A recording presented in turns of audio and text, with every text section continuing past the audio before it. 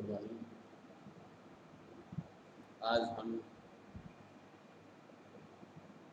Novel के बारे में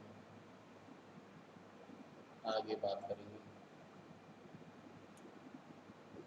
और बताया गया है कि नावल एक मुख्तसर किस्सा है जो दास्तानों को, जो तवील दास्तानें थी उनको छोटा करके नावल का रूप दिया गया है।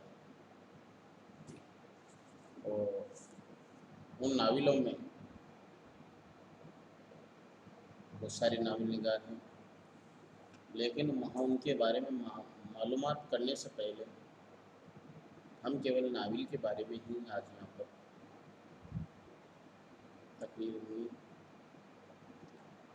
और कहा गया है कि अदब बराए अदब और अदब बराए हयात के नज़रियात उलझाव से बचते हुए हम इस सवाल का जवाब दे सकते हैं। अगर हम अफसानवी अदब के इर्तिका को पेश नज़र रखें और अंदाज और इब्तदा दौर के बहादुरों के किस्से, सूरमाओं के कारनामे सुनाकर लोगों में एक ख़ास ज़हनी कैफियत पैदा करना, ताकि वो ज़रात और जवान मर्दी के वैसे हमारे कारनामे हम माहिर हो सकते। इसे हम चाहे तो तरगीब भी कर सकते हैं और जाहिर है कि यह प्रोपेगेंडा है। दूसरे यह है कि इंसान को फितरतन किस्से कहानी सुनने का शौक़ होता है और जाहिर सी बात है कि हर शख्स कदीम दौर में, जब नावल जो जिस दौर में लिखे जा रहे थे उस दौर में किस्से कहानियों का बहुत शौक़ था। लंबे लंबे किस्से चलते थे। उनको जैसे जिस किस्से की आज शुरुआत हो गई,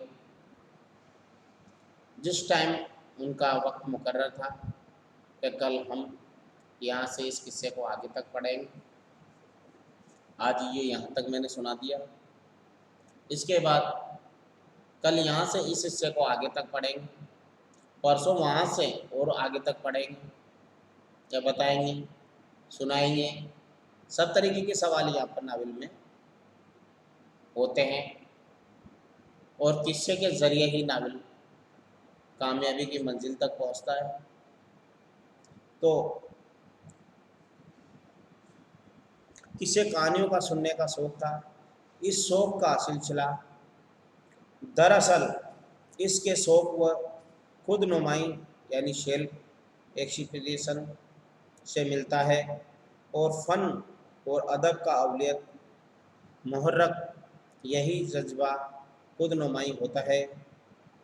यहाँ खुद नुमा से मुराद सिर्फ़ एक फ़र्द की खुद नुमा ही नहीं, बल्कि उसकी ज़ात के साथ साथ इसकी जमात या अज्तमाही ज़ात का इजहार भी मकसूद होता है।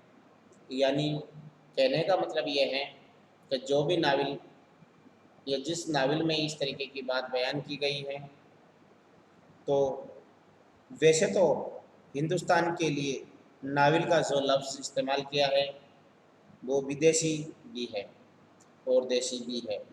यानी नावल एक जो नावल लफ्ज़ है वो विदेशी भी बताया गया है और हिंदुस्तानी भी इस लफ्ज़ को माना गया है।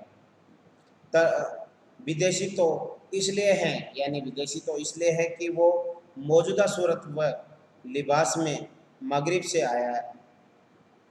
आया यानी मौजूदा जो लिबास में है नावल वो मगरब से आया। पहले यह लफ्ज़ लातीनी ज़बान में मुख्तलिफ़ शक्ल से यानी नए के मानी में इस्तेमाल होता हुआ फिर हमने अपनी उर्दू में इसे इसे भर्ती करके अपना लिया। यानी उर्दू में इसे पहले नावल विदेशी ज़बान का यानी बाहरी ज़बान का दूसरे मुल्क की ज़बान का लफ्ज़ है, लेकिन हमने इसे धीरे धीरे अपना लिया, यानी इनको भर्ती कर लिया यानी अपना लिया। यह तो ये तो हुई इसकी विदेशी विदेशी होने की वजह से, लेकिन ये चीज़ देसी भी है, लेकिन ये चीज़ विदेशी होने के साथ साथ देसी भी हैं, इसलिए कि नावल किस्से की एक इर्तिकाई मंजिल से और किस्से अहद इश्क के पहले से चला आता है। यानी ये जो अहद है, ये किस्सा है, वो अहद अतीक यानी पहले से ही चला आ रहा है। हमारे हमारा जो मुल्क है उसकी कदीम तरीन ममालिकों में यानी दूसरे ममालिकों में से एक है, यानी हमारा मुल्क है जो दूसरे ममालिकों में भी शामिल है, उनमें से एक हमारा मुल्क भी है। इसका भी इम्कान है यानी इसकी भी इज़्ज़त है कि आदमियत इसके लंका में सबसे पहले मर्तब लड़खड़ाती हुई चली चली हो, और इंसानियत इसी की दामन को में सब से अव्वल या यारतिल या रतील तल से बोली हुई। इसलिए हम ये दावत कर सकते हैं कि इसकी कहानी के मेल इन कहानी का मीर दास्तान हम ही हैं, यानी इसकी जो नावल जड़ है वो हम ही हैं। नावल इसी दरख्त की कलम है जिससे बीज होने बोली है, जिसके बीज हमने बोए हैं। यानी नावल एक ऐसी वो है दरख्त है जिसका बीज हमने ही बोया है। और इसके बाद जो भी है बात आगे हम अगले सवाल में इस तरीके की गुफ्तगू करेंगे कि नावल की जो बुनियाद है वो विदेशी होने के साथ साथ ये देसी भी हैं। हमारे हिंदुस्तान में इस तरीके के नावल लिखे गए हैं, और ये हमारे इस तरीके के नावल के जो बीज हैं वो हमारे हिंदुस्तान में ही हमने ही बोए हैं। Thank you.